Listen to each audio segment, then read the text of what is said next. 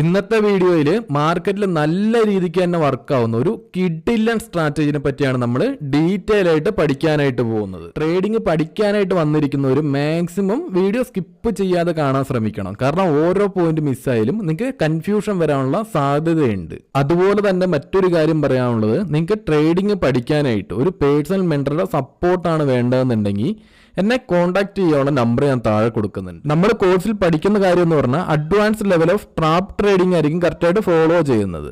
ഇനി ഞാൻ നേരെ നമ്മുടെ പഠിപ്പിക്കുന്ന സ്ട്രാറ്റജിയിലേക്ക് നേരെ കടക്കാം. ലോവർ ടൈം ഫ്രെയിം സ്കാൽപ്പിംഗ് സ്ട്രാറ്റജിയാണ് നമ്മളിവിടെ കറക്റ്റായിട്ട് പഠിക്കുന്നത്. ഈ ഒരു സ്ട്രാറ്റജി പഠിക്കുമ്പോൾ കറക്റ്റ് ലോജിക്കും കാര്യങ്ങളും കണക്ട് ചെയ്ത് ട്രേഡ് പ്ലാൻ ചെയ്യുവാണെങ്കിൽ നമുക്കൊരു 10 8 ട്രേഡും വർക്ക് ആവാനുള്ള സാധ്യതയുണ്ട്. കാരണം സ്കാൽപ്പിംഗ് ആണ്. ഇന്നത്തെ മാർക്കറ്റിലെ എക്സാമ്പിൾ കാണിച്ചിട്ടാണ് ഞാൻ ഈ സ്ട്രാറ്റജി നിങ്ങൾക്ക് പറഞ്ഞു തരുന്നത്. അപ്പോൾ നാളെ നിങ്ങൾ ട്രേഡ് ചെയ്യാൻ പോകുമ്പോഴും ഈ കാര്യം നല്ല രീതിക്ക് തന്നെ വർക്ക് ആവുന്ന കറക്റ്റ് കാണാൻ പറ്റും. ഫസ്റ്റ് തന്നെ മാർക്കറ്റ് ഒന്ന് നോക്കി, ഫസ്റ്റ് തന്നെ അപ്സൈഡിലേക്ക് മൂവ് ചെയ്തു. അതിനുശേഷം ഒരു സ്വിംഗ് ഉണ്ടാക്കി ഡൗൺ സൈഡാണ് മൂവ് ചെയ്യുന്നത്. നമ്മുടെ സ്ട്രാറ്റജി എന്ന് പറയുന്നത് ഒരു സ്വിങ്ങിലെ ഹയസ്റ്റ് പോയിന്റ് ഒരു സപ്പോർട്ടായിട്ടും അത് ബ്രേക്ക് ചെയ്ത് പോകുമ്പോൾ ഒരു സപ്പോർട്ടായിട്ടും അതേപോലെ തന്നെ ഒരു സ്വിങ്ങിലെ ലോവസ്റ്റ് പോയിന്റ് ബ്രേക്ക് ചെയ്യുമ്പോൾ ഒരു റെസിസ്റ്റൻസ് ആയിട്ടും ആക്ട് ചെയ്യും. പിന്നെ ഈ ഒരു രീതിയിലാണ് നമ്മൾ ട്രേഡുകൾ പ്ലാൻ ചെയ്യുന്നത്. ഫസ്റ്റ് ഈ ചാർട്ടിലേക്ക് നോക്കുവാണെങ്കിൽ നമുക്ക് നല്ലൊരു ഓപ്പർച്യൂണിറ്റി മാർക്കറ്റ് ഓപ്പൺ ചെയ്ത് ഒരു ടൈമിൽ തന്നെ കിട്ടി. പക്ഷേ ഇത് ഒരിക്കലും നമുക്ക് ട്രേഡുകൾ കറക്റ്റ് പ്ലാൻ ചെയ്യാൻ പറ്റുന്നൊരു ഏരിയയിലല്ല. എന്തുകൊണ്ടാണെന്ന് ചോദിച്ചാൽ ഇത് ട്രേഡ് നല്ല രീതിക്ക് തന്നെ വർക്കായി. ഈ ഒരു ട്രേഡ് നമുക്ക് കിട്ടുമായിരുന്നു. പക്ഷേ ഒരിക്കലും ഈ ഒരു ട്രേഡ് നമുക്ക് ഇത്രയും ഒരു ഹ്യൂജ് ക്യാൻഡിൽ നമ്മുടെ എൻട്രി ലെവലിലേക്ക് വന്നപ്പോൾ ആ ഒരു ട്രേഡ് നമുക്ക് എടുക്കാനുള്ളൊരു കോൺഫിഡൻസ് അവിടെ കിട്ടിയിട്ടുണ്ടാവില്ല. മറ്റു കാര്യങ്ങൾ നോക്കുവാണെങ്കിൽ, മറ്റ് എക്സാമ്പിളായിട്ട് കറക്റ്റ് നോക്കുവാണെങ്കിൽ മാർക്കറ്റ് വീണ്ടും ഡൗൺ സൈഡ് അല്ല മൂവ് ചെയ്യുന്നത്. കറക്റ്റായിട്ട് കാണുന്നുണ്ടോ? പ്രീവിയസിൽ ഉണ്ടായിരുന്ന ഒരു ലോയിനെ ഇവിടുന്ന് കട്ട് ചെയ്യുന്നില്ല. മാർക്കറ്റ് ഇവിടുന്ന് ഈ ഒരു പോയിന്റിൽ എവിടെയും വെച്ച് കട്ട് ചെയ്ത് ഡൗൺ സൈഡിലേക്ക് മൂവ് ചെയ്യുന്നില്ല. ഇതിനുള്ളിൽ തന്നെ ട്രെൻഡ് ഷിഫ്റ്റ് ആവുന്ന നമുക്ക് കറക്റ്റായിട്ട് മനസ്സിലാവുന്നില്ലേ?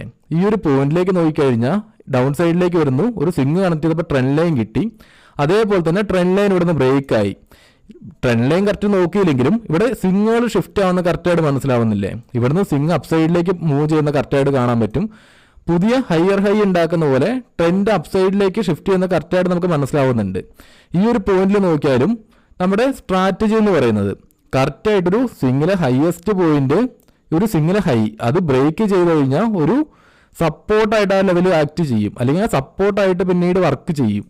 സെയിം കാര്യങ്ങൾ തന്നെയാണ്. സ്കാൽപ്പിംഗ് ആയതുകൊണ്ട് നമുക്ക് പെട്ടെന്ന് റിസ്ക് റിവാർഡ് അല്ലെങ്കിൽ പെട്ടെന്ന് തന്നെ ട്രേഡ് എടുത്ത് എക്സിറ്റ് ആവാനും കൂടെ പഠിക്കണം കേട്ടോ. സെയിം കാര്യം നോക്കിയാൽ ഈ ഒരു പോയിന്റിലെ ട്രേഡ് നമുക്ക് നല്ല രീതിക്ക് തന്നെ വർക്കായിട്ടുണ്ട്.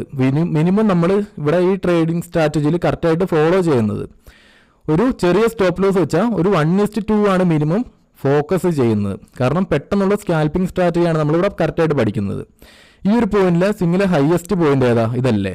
ഡൗൺ സൈഡ് വന്നു, എഗെയിൻ അത് ബ്രേക്ക് ചെയ്ത് കറക്റ്റായിട്ട് അവിടെ സപ്പോർട്ട് എടുത്തിട്ട് മൂവ് ചെയ്യുന്ന കറക്റ്റ് കാണാൻ പറ്റുന്നില്ലേ? മിനിമം 1:2 കറക്റ്റ് നമുക്ക് ടാർഗറ്റും കിട്ടിയിട്ടുണ്ട്. അതേപോലെ തന്നെ പ്രീവിയസ്ലി ഉണ്ടായിരുന്ന ഇത് ഇവിടുത്തെ ഒരു സ്വിംഗ് ഹൈ ആയിരുന്നു പറഞ്ഞത്. അതേപോലെ തന്നെ ഈ ഒരു പോയിന്റ് നോക്കിയാലും ഇതൊരു സ്വിങ്ങിലെ ഹയസ്റ്റ് പോയിന്റ് ആണ്. സ്വിംഗ് ഇവിടെ നിന്ന് ഉണ്ടാക്കിയിട്ട് ബ്രേക്ക് ചെയ്ത് വീണ്ടും അവിടെ നിന്ന് സപ്പോർട്ട് എടുക്കുന്ന കറക്റ്റായിട്ട് കാണാൻ പറ്റുന്നില്ലേ? ഈ ഒരു ട്രേഡ് ആണെങ്കിലും കറക്റ്റായിട്ട് വർക്കായിട്ടുണ്ട് ഇവിടെ നല്ല രീതിക്ക് തന്നെ. നെക്സ്റ്റ് എക്സാമ്പിൾ നോക്കുവാണെങ്കിൽ നമുക്ക് ആ ഒരു ട്രേഡ് ഫെയിലിയർ ആണ്. കാരണം അത് ഡൗൺ സൈഡ് ബ്രേക്ക് ചെയ്ത് നമ്മുടെ സ്റ്റോപ്പ് ലോസ് അടിച്ചു. മനസ്സിലാവുന്നില്ലേ? ട്രേഡുകളെല്ലാം എടുക്കുന്നത് കറക്റ്റായിട്ട് നമുക്ക് പ്രോഫിറ്റ് കിട്ടണം എന്നില്ല. കുറേ ലോജിക്കും കാര്യങ്ങളും കണക്ട് ചെയ്യുമ്പോൾ കുറേ ട്രേഡ് നമുക്ക് ഒഴിവാക്കാവുന്നേ ഉള്ളൂ. ഈ ഒരു ട്രേഡ് ആണെങ്കിലും നമ്മുടെ ലോസ് ബുക്ക് ചെയ്യേണ്ടി വരും. ഈ ഒരു ട്രേഡ് കറക്റ്റായിട്ട് നമ്മുടെ സ്റ്റോപ്പ് ലോസ് അടിച്ചിട്ടാണ് ഡൗൺ സൈഡ് മൂവ് ചെയ്തത്. അതേപോലെ തന്നെ നെക്സ്റ്റ് ടൈമിലേക്ക് നോക്കുമ്പോൾ വീണ്ടും ഇവിടുന്ന് ഡൗൺ സൈഡിലേക്ക് മൂവ് ചെയ്യുന്ന കാണാം. ഈ ഒരു സിംഗിലെ ലോവസ്റ്റ് പോയിന്റ്, സിംഗിലോ ഒരു റെസിസ്റ്റൻസ് ആയിട്ട് ആക്ട് ചെയ്യുമെന്നാണല്ലോ നമ്മൾ പറഞ്ഞത്. സെയിം അല്ലേ? ഈ ഒരു സിംഗിലെ ലോവസ്റ്റ് പോയിന്റ് അത് ബ്രേക്ക് ചെയ്ത് വീണ്ടും ഒരു റെസിസ്റ്റൻസ് ആയിട്ട് ഇവിടെ വർക്ക് ആവുന്നുണ്ട്. ഇവിടെ എന്തുകൊണ്ട് ഈ ഒരു ട്രേഡ് ഇവിടുന്ന് പ്ലാൻ ചെയ്തില്ല എന്ന് ചോദിക്കുവാണെങ്കിൽ ഇതൊരിക്കലും ഈ ഒരു സോണിലേക്ക് ടാപ്പ് ചെയ്തിട്ടില്ല. ഈ ഒരു സോണിലേക്ക് ടാപ്പ് ചെയ്യുമ്പോഴാണ് നമ്മൾ എൻട്രി പ്ലാൻ ചെയ്യുന്നത്. സെയിം സിനാരിയോ നോക്കുവാണെങ്കിലും ഈ ഒരു ട്രേഡും 1:2 സിമ്പിളായിട്ട് വർക്ക് ചെയ്തിട്ടുണ്ട്. അതേപോലെ തന്നെ ഈ ഒരു പോയിന്റിലേക്ക് നോക്കുവാണെങ്കിൽ നമുക്ക് ഇവിടുത്തെ ഒരു ട്രേഡ് വേണമെങ്കിൽ ലോജിക്കലി അവോയ്ഡ് ചെയ്യാനായിട്ട് പറ്റും. നമ്മൾ നേരത്തെ പറഞ്ഞ അതേ സിനാരിയോ തന്നെയാണ് ഇവിടെ നോക്കി. വീണ്ടും പ്രൈസ് അപ്സൈഡിലേക്കാണ് പുഷ് ചെയ്ത് മൂവ് ചെയ്യുന്നത്. സ്വിങ്ങിനെ ഓരോ സ്വിങ്ങുകളും അപ്സൈഡിലേക്ക് ഷിഫ്റ്റ് ചെയ്താണ് മൂവ് ചെയ്യുന്നത് നമുക്ക് മനസ്സിലാവുന്നുണ്ട്. അപ്പോൾ ഇങ്ങനത്തെ ഒരു ട്രേഡുകൾ നമുക്ക് വേണമെങ്കിൽ ലോജിക്കലി അവോയ്ഡ് ചെയ്യാം. സെയിം കാര്യമാണ് ഈ ഒരു ട്രെൻഡ് ലൈൻ ഇവിടെ നിന്ന് വന്നിട്ട് ഈ ഒരു പോയിന്റിലെത്തിയപ്പോൾ വീണ്ടും റെസ്പെക്ട് ചെയ്തിട്ട് അപ്പ് സൈഡിലേക്കാണ് മൂവ് ചെയ്യുന്നത്. ഇത് മൊത്തം ലോവർ ടൈം ഫ്രെയിമിൽ 1 മിനിറ്റിലാണ് ഞാൻ കാണിച്ചു തരുന്നത്. അതേപോലെ തന്നെ അപ്പ് സൈഡിലേക്ക് നോക്കുവാണെങ്കിലും ഈ ഒരു ട്രേഡ് ഇവിടെ നമ്മുടെ പോയിന്റ് ബ്രേക്ക് ചെയ്തിട്ടുണ്ട്, പിന്നെ ട്രെൻഡ് വീണ്ടും അപ്പ് സൈഡിലേക്കാണ്. അപ്പോൾ ഈ ഒരു സിംഗിൾ ഹയസ്റ്റ് പോയിന്റ് ഇതല്ലേ, ആ ഒരു പോയിന്റ് ബ്രേക്ക് ചെയ്ത് വീണ്ടും അവിടെ സപ്പോർട്ട് എടുത്ത് ഈ ഒരു ട്രേഡ് ആണെങ്കിലും നമുക്ക് 1:2 സിമ്പിളായിട്ട് വർക്ക് ചെയ്തിട്ടുണ്ട്, സിമ്പിളായിട്ട് ക്യാച്ച് ചെയ്യാൻ പറ്റിയിട്ടുണ്ട്.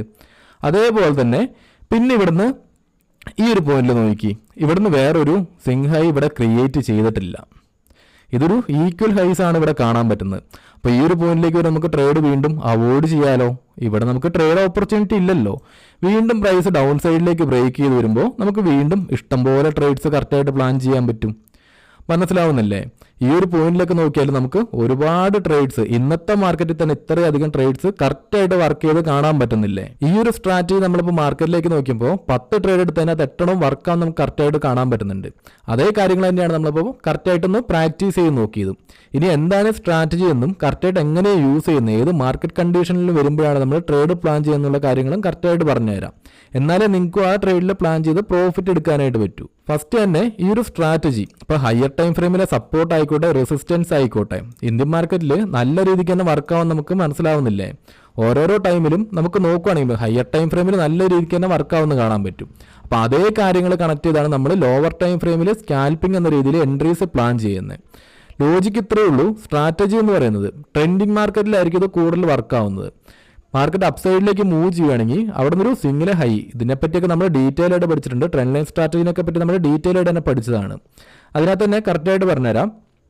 ഒരു സിംഗിൾ ഹയസ്റ്റ് പോയിന്റ്, ആ ഒരു സിംഗ് ബ്രേക്ക് ചെയ്ത് അപ്പ് സൈഡിൽ അപ്പ് ട്രെൻഡിലാണ് മാർക്കറ്റ് മൂവ് ചെയ്യുന്നതെങ്കിൽ ഒരു സിംഗ് അപ്പ് സൈഡിലേക്ക് ഉണ്ടാക്കി അത് ബ്രേക്ക് ചെയ്ത് കഴിഞ്ഞാൽ ആ ഒരു പോയിന്റ് സപ്പോർട്ടായിട്ട് വർക്ക് ചെയ്യും. അതേപോലെ തന്നെ ഡൗൺ സൈഡിലേക്ക് ആണ് മാർക്കറ്റ് മൂവ് ചെയ്യുന്നതെങ്കിൽ, ഡൗൺ ട്രെൻഡ് ആണ് മാർക്കറ്റ് എങ്കിൽ ആ ഒരു പോയിന്റ് ലോവസ്റ്റ് പോയിന്റ് ഉണ്ടല്ലോ, സിംഗിൾ ലോവസ്റ്റ് പോയിന്റ്, അതൊരു റെസിസ്റ്റൻസ് ആയിട്ടും അവിടെ വർക്ക് ചെയ്യും. ഈ ഒരു രീതി നോക്കിയാണ് നമ്മൾ എൻട്രീസ് അല്ലെങ്കിൽ ട്രേഡ് പ്ലാൻ ചെയ്യുന്നത്. ഈ ഒരു സ്ട്രാറ്റജി ട്രെൻഡിങ് മാർക്കറ്റിലാണ് കറക്റ്റായിട്ട് വർക്ക് ആവുന്നതെന്നാണ് നമുക്ക് കാണാൻ പറ്റുന്നത്. കാരണം ഇതൊരു സൈഡ് വൈസ് ആണ്. ഇപ്പോൾ ഞാൻ പറഞ്ഞല്ലോ ഫസ്റ്റ് നമ്മൾ എക്സാമ്പിൾ നോക്കിയപ്പോൾ ഈ ഒരു സിംഗിലെ ലോവസ്റ്റ് പോയിന്റിന് ഇവിടെ കട്ട് ചെയ്തിട്ടില്ല, ഇതിനുള്ളിലാണ് സ്ട്രക്ചർ മൊത്തം ഉള്ളത്. ഇപ്പോൾ ഇതൊരു റേഞ്ചിലാണ് നിൽക്കാൻ നമുക്ക് ഏകദേശം മനസ്സിലാവുന്നുണ്ട് ഈ ഒരു പോയിന്റിൽ. അതേപോലെ തന്നെ നെക്സ്റ്റ് എക്സാമ്പിൾ നോക്കുകയാണെങ്കിലും ഈ ഒരു പോയിന്റിൽ നോക്കി, ഈ ഒരു പോയിന്റിലേക്ക് നോക്കിയാലും ഇവിടുത്തെ സ്വിങ്ങിലെ ലോവസ്റ്റ് പോയിന്റിനെ ഡൗൺ സൈഡിലേക്ക് കട്ട് ചെയ്യുന്നില്ല. മാർക്കറ്റ് വീണ്ടും അവിടെ സ്വിങ്ങുകൾ ക്രിയേറ്റ് ചെയ്തിട്ട് അപ് ട്രെൻഡിലാണ് മൂവ് ചെയ്യുന്നത്. അപ്പം ഇങ്ങനത്തെ കുറേ കാര്യങ്ങളുണ്ട്. കാരണം ഏതൊരു സ്ട്രാറ്റജി ആണെങ്കിലും ഏത് മാർക്കറ്റ് കണ്ടീഷനിൽ വെച്ചാണ് നമ്മൾ ട്രേഡുകൾ പ്ലാൻ ചെയ്യണമെന്നുള്ളൊരു ഐഡിയ നമുക്ക് കറക്റ്റായിട്ട് ഉണ്ടാവണം. ഈ ഒരു സ്ട്രാറ്റജീൻ്റെ ബേസിക് ആയിട്ടുള്ള കുറേ കാര്യങ്ങളാണ് നമ്മളിപ്പോൾ പഠിച്ചത്. ഇതിൻ്റെ തന്നെ അഡ്വാൻസ്ഡ് ആയിട്ടുള്ള കുറേ കാര്യങ്ങൾ ഇനിയും പഠിക്കാനുണ്ട്. അപ്പോൾ ഈ കാര്യങ്ങളൊന്നും മിസ്സായി പോവാതിരിക്കാനായിട്ട് ചാനൽ എന്തായാലും സബ്സ്ക്രൈബ് ചെയ്ത് വെക്കുക. അതേപോലെ തന്നെ വീഡിയോ ഏതെങ്കിലും തരത്തിൽ യൂസ്ഫുൾ ആയിട്ടുണ്ടെങ്കിൽ വീഡിയോയ്ക്ക് ഒന്ന് ലൈക്ക് ചെയ്യാനും, ഇതുപോലെ നിങ്ങളുടെ ട്രേഡിങ്ങിലെ ഫ്രണ്ട്സിൻ്റെ ഇടയിലേക്ക് അവർ പഠിക്കാനായി നിൽക്കുന്നവരുടെ ഇടയിലേക്ക് വീഡിയോ മാക്സിമം ഒന്ന് ഷെയർ ചെയ്ത് എത്തിക്കാനും കൂടെ ശ്രമിക്കുക.